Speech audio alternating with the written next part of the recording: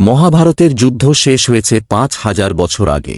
কুরুক্ষেত্রের ময়দানে সবাই প্রাণ হারিয়েছেন, কিন্তু একজন আজও মুক্তি পাননি। কথিত আছে, মধ্যপ্রদেশের অসিরগড় কেল্লায় রাতে এক রহস্যময় দীর্ঘকায় ছায়া ঘুরে বেড়ায়। লোকে বলে তিনি আর কেউ নন, স্বয়ং দ্রোণাচার্য পুত্র অশ্বত্থামা। কেন তাকে অমরত্বের অভিশাপ দেওয়া হয়েছিল? চলুন জানি আসল রহস্য। মহাভারতের যুদ্ধে অশ্বত্থামা পাণ্ডবদের বংশ ধ্বংস করতে ব্রহ্মশির অস্ত্র প্রয়োগ করেছিলেন। এই অপরাধে ভগবান শ্রীকৃষ্ণ ক্ষুব্ধ হয়ে তার কপাল থেকে মণি কেড়ে নেন এবং তাকে অভিশাপ দেন যে তিনি মহাপ্রলয় পর্যন্ত এই পৃথিবীতে একাকী ঘুরে বেড়াবেন।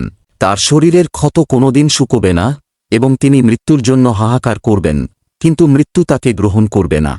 মধ্যপ্রদেশের এই কেল্লাটি এখন অশ্বত্থামার প্রধান আস্তানা বলে মানা হয়। কেল্লার ভেতরে থাকা শিব মন্দিরে নাকি প্রতিদিন ভোরে কেউ একজন আগে থেকেই ফুল এবং চন্দন দিয়ে পুজো করে যায়।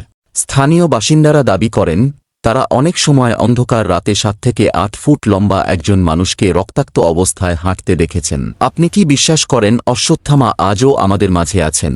আপনার মতামত কমেন্টে জানান, আর এমন রহস্যময় ভিডিও দেখতে ফ্যাক্টস মিস্ট্রি বাংলাকে সাবস্ক্রাইব করুন।